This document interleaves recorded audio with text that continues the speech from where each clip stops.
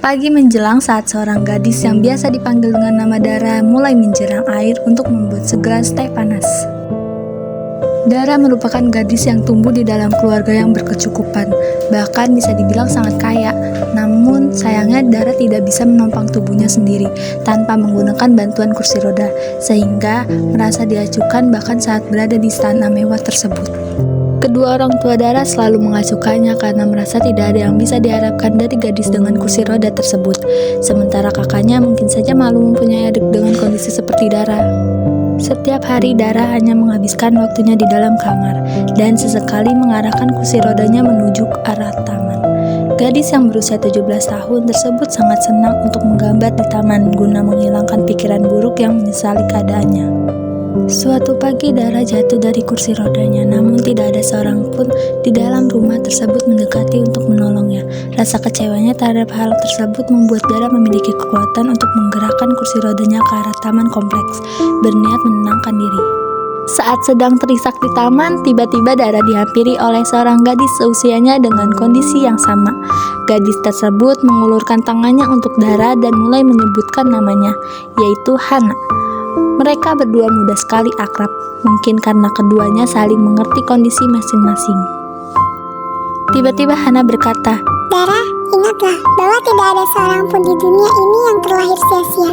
Mungkin kita tidak bisa berdiri tegak layaknya manusia lain, tapi kita masih punya hak untuk merasakan bahagia. Cobalah untuk menerima dirimu sendiri, Dara." Lalu akhirnya gadis itu pun berpamitan.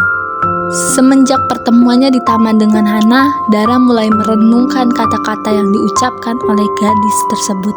Dara berpikir bagaimana ia bisa seutuhnya menerima dirinya ketika orang di dekatnya tidak mendukungnya sama sekali.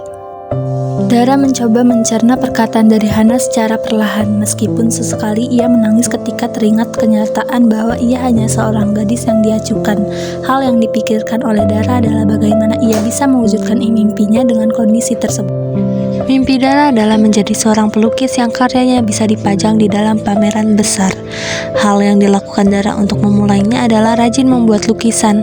Kesibukan tersebut juga dilakukan Dara untuk tidak memikirkan mengenai dirinya yang selalu diacuhkan dan mulai memahami perkataan Hana.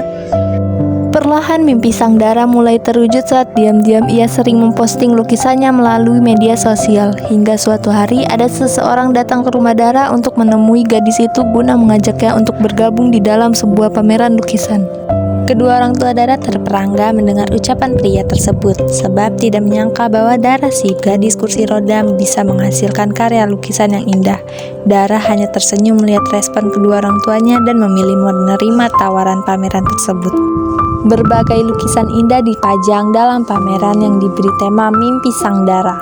Orang tua Dara menghadiri pameran tersebut dan merasa terharu atas pencapaian putrinya yang selama ini diacuhkannya.